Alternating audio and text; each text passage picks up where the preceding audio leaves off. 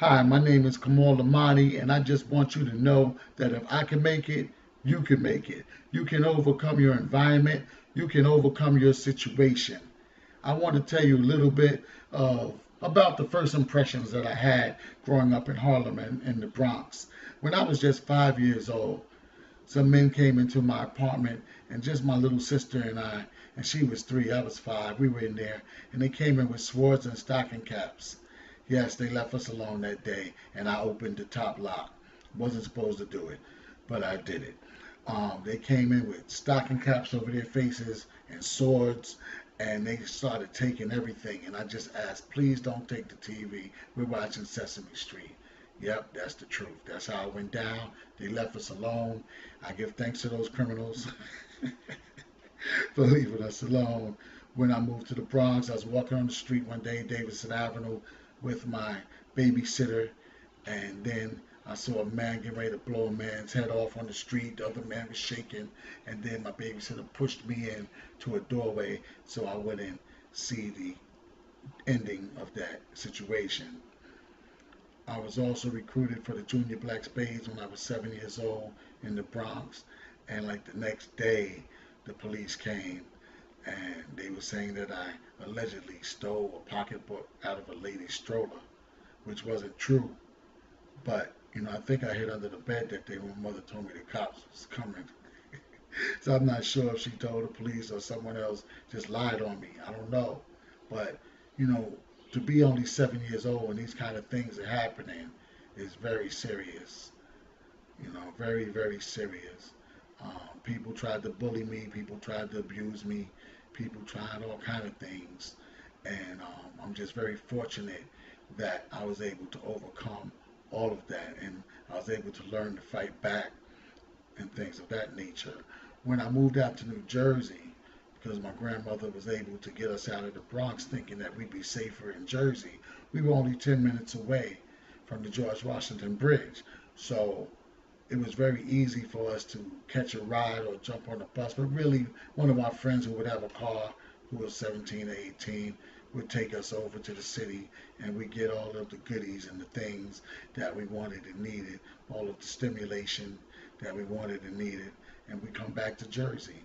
And a lot of my friends started robbing houses and selling drugs, and two of my best friends got killed execution style, shot in the back of their heads later on in life, being drug dealers. And of course, I was invited to be a drug dealer or a runner or a lookout and all of that, but I always refused.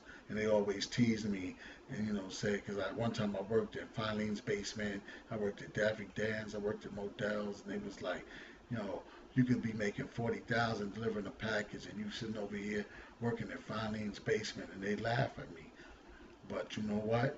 I always listened to my core conviction, because one thing was I never wanted to call my mother or my mother to get that call and see that I was dead or in jail. I never wanted to hurt her like that because she didn't deserve that. I watched my mother faint twice, have several nervous breakdowns trying to work for the phone company, Ma Bell, and work 50 hours, 60 hours, work a part-time job also, trying to take care of us, getting bad credit, just busting her behind for us. So, I started learning the legal hustles. I started taking ladies' um, packages home from the supermarket for money. I'd help them out.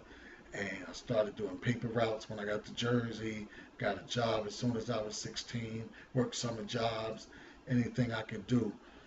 Shovel snow, do grass, everything. Just so that I could take some burden off of my mother so I could go to Delancey Street and buy my own clothes or whatever. But my point is that just because your friends are doing something, you could walk away. There was many times we went to clubs and parties, and I had to leave because some of my boys would be drunk, and they would just start with people. And I'm like, yo, like, I ain't want to start. I got your back if, somebody start with us. But if you started with them and everybody's minding their business, then I'm out. I don't got your back.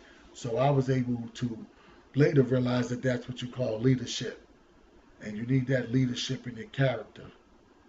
You need to be able to listen to your inner voice, your intuition, and say, you know what? I'm man enough to go this way, no matter what anybody says, no matter what anybody calls me. So how do you overcome your environment? You get a dream, you set a goal, and you start chipping away at it. You work towards it every single day. Now, some days you may advance big time. You may really feel that you created a success towards your goal. And then there may be another day when things just go wrong. Things may go wrong for some time. Obstacles will come. What they call Murphy's Law will come. Whenever you want to do something in life, opposition comes. Seems to be some kind of law of nature. But you have to know that you have to just keep going. Sometimes you can go fast, sometimes you have to go slow, but don't stop moving towards your goal. There's a book called The Art of War. And in The Art of War, it says the art of war is deception. When you are weak, appear strong. When you're strong, appear weak. So just because you're weak, appear strong to yourself. Say, I am strong. And also appear strong to others. Let them know you're still in the fight. You're still in the game. You might just have to fall back for a second. Because see, in war, sometimes we advance. We move forward.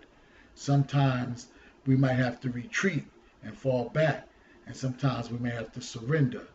Now, the word surrender and the word retreat isn't necessarily soft because you're still alive so you can fight another day. And I say fight because, as my Aunt Justine said, you have to fight for everything you want and you have to fight to keep it. Yes, it is a fight. And then there's the art of fighting, which is the art of war. There's a skill so that you don't expend all of your energy. Try to work smarter than harder. But sometimes you do have to work hard just so that later you can work smart. Once you build up your company, then other people can work for you and you can delegate your authority. But until then, you may have to be the main authority, the main leader. You have to be the leader because a lot of people will let you down. So yes, I had drugs around me, I had criminals around me, and not that I was totally innocent in anything. I was always ready to, not always, but ready to fight for my people if I had to, if it was necessary. If it was intelligent, I was ready to throw down. I was always ready to help my people any way I could, but I just wasn't ready to follow them if they was going on the wrong path. So we're talking about peer pressure. And peer pressure may sound corny, but it's serious. Because I'm going to tell you something. Most of the people around you that's doing something negative, they're not going to be around in 2 years, 3 years, 4 years, or 5 years. And if they are, they're probably going to be messed up or locked up. Otherwise, they're going to be dead. So why do you want to be in that situation? To prove to the next man that you got his back, or to prove to the next man that you're down? This whole thing is going to change for you in the future. So, and even with adults trying to keep up with the Joneses, worrying about what people are thinking of them, and living above their means so that people can perceive them some way. Listen, if somebody don't care about you, they don't care about you. If they don't like you, they don't like you. Because you have a Benz and a new house doesn't mean that they're going to like you. So why are you trying so hard to please people? Why are you driving around the block 10 miles per hour to make sure people see you with your new car? You should want people to see your heart. Let people see your mind. Let people see your soul. Let people see your talents and your gifts. And after you're successful financially, it's really about leaving a legacy. It's about building other people up that's coming behind you, so that when you leave this earth, you have blessed somebody. And I guarantee you, once you stick to your goals and dreams, forces and sources and people and connections are going to start coming to you to assist you. You can't depend on that and can't wait on that, but it just seems to happen. Because when people see you doing something, people are going to want to help you. Not everybody, but some people. You're always going to have your haters. You're always going to have your envious and your negative people.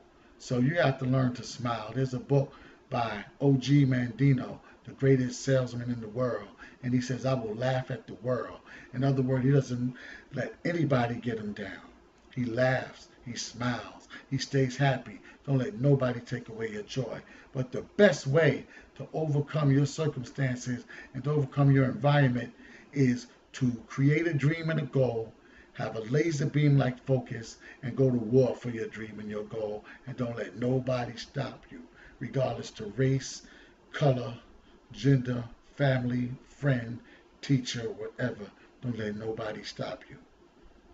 And if you have to get away from some people and cut some people off, they may not like it, but it's me or you. If you ain't rolling with me, ride or die on the positive, I can't roll with you, ride or die on the negative. And this is life. Sometimes people separate. Some people only in your life for a season and some for a reason. So go for your goals. Don't procrastinate. As our late brother Prodigy said, no time for hesitation. It only leads to incarceration. Don't hesitate. Get that legal hustle and go for your dreams. All right? This brother Kamal. Peace and success. One love.